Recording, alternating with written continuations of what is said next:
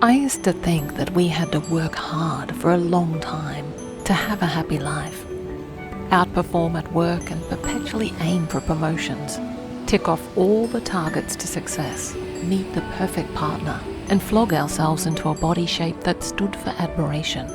Then we will be happy. But when I think of my happy moments, it rarely involves any of those things. Happiness shows up at the most simple and unassuming moments, like the smell of the earth when rain first hits it, or having that feeling that something unexpected and wonderful is going to happen today. It got me thinking, maybe happiness isn't so hard to experience, doesn't have to be dependent on your life being perfect or successful in any way defined, and is not something that can truly be purchased. What if we can teach our minds to think of happiness as little treasures to be found in our everyday life? I wonder how many of us would stop long enough to question whether our to-do list was really filled with things that deeply fulfill us, or whether we're living a life of shoulds and have-tos.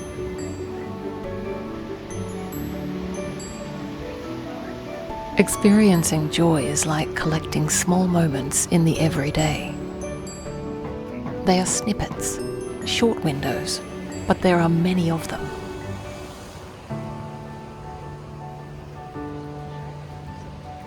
And since I've changed my perspective, I see that the opportunity to be happy is always there, ready for whenever we decide to tap into it. I read a quote on my internet adventures once that said, "If you can't find joy in a cup of coffee, you won't find it in a yacht." If I can't feel pleasure from the smallest of things, and our lives are mostly made up of small things, then we may find our whole lives are lived with very little appreciation, because we wait for the big drop luxury experiences to feel joy.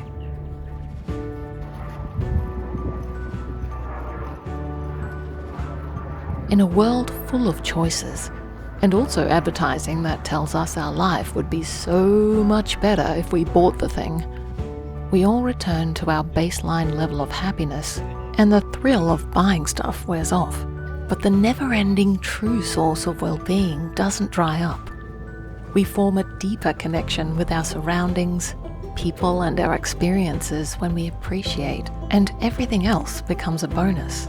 Whether it's walking around barefoot in the morning, listening to your friend's laughter, appreciating that person for taking out the rubbish without you even needing to ask. Find those small moments of happiness every single day. Old becomes new again, with a mind that's freshly looking for things to appreciate.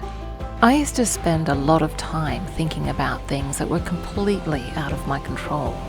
Whether someone approved of something I did, if I had offended someone, what would happen if insert any kind of stress head idea.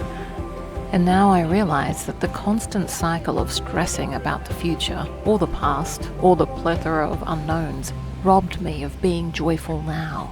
It's become clear there are so many things in our lives that we just can't control. No matter how much we try to plan and predict, the outcome is never guaranteed.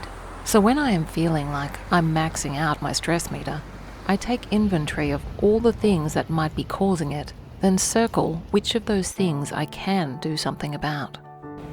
By focusing only on those things that you have control over, it puts you in the driver's seat, and you can influence the direction of your life from the current moment.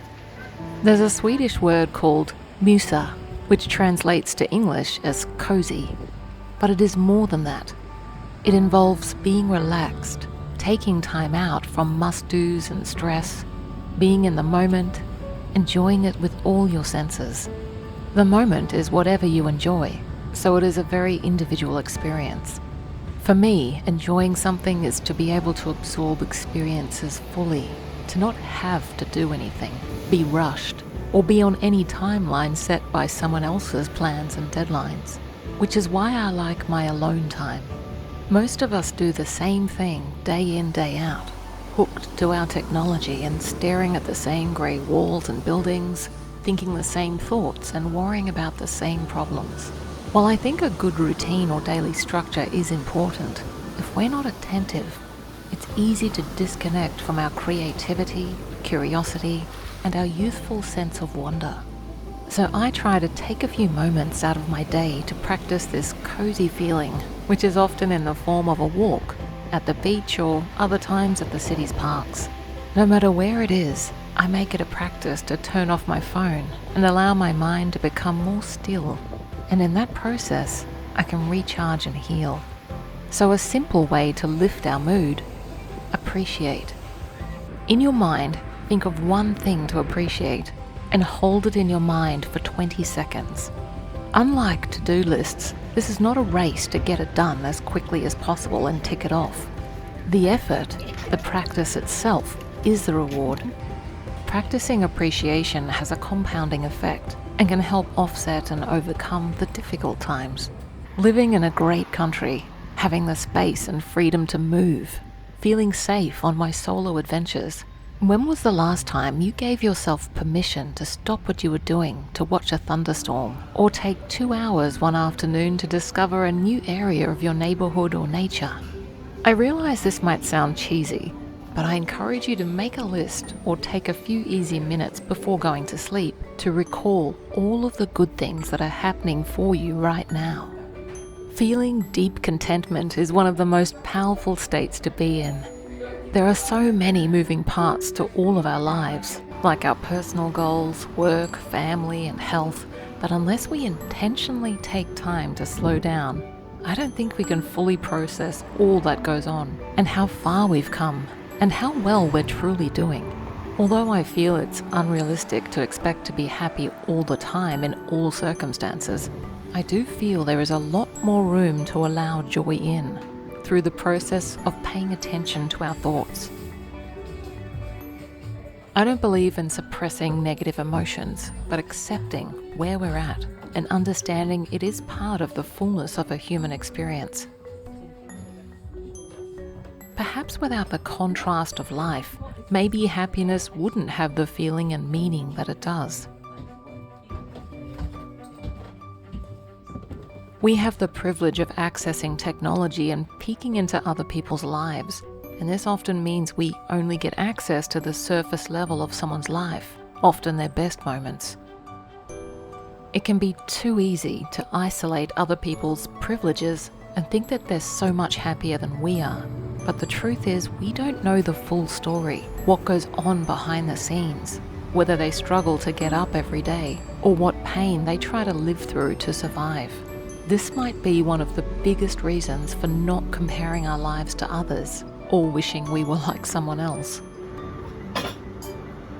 By focusing on our path and understanding there is no race, it can help us to move through life with more compassion and understanding instead of judgment or envy.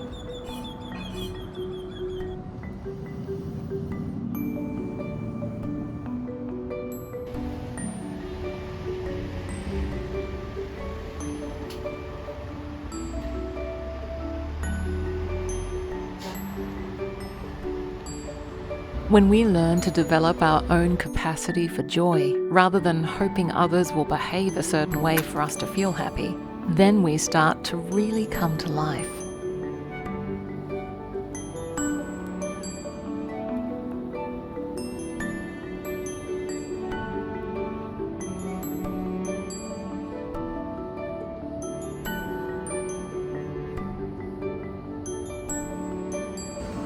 I hope you enjoyed today's video. Let me know in the comments what simple joys look like for you. Thank you everyone for watching, and until next time, have a wonderful week. Talk to you soon.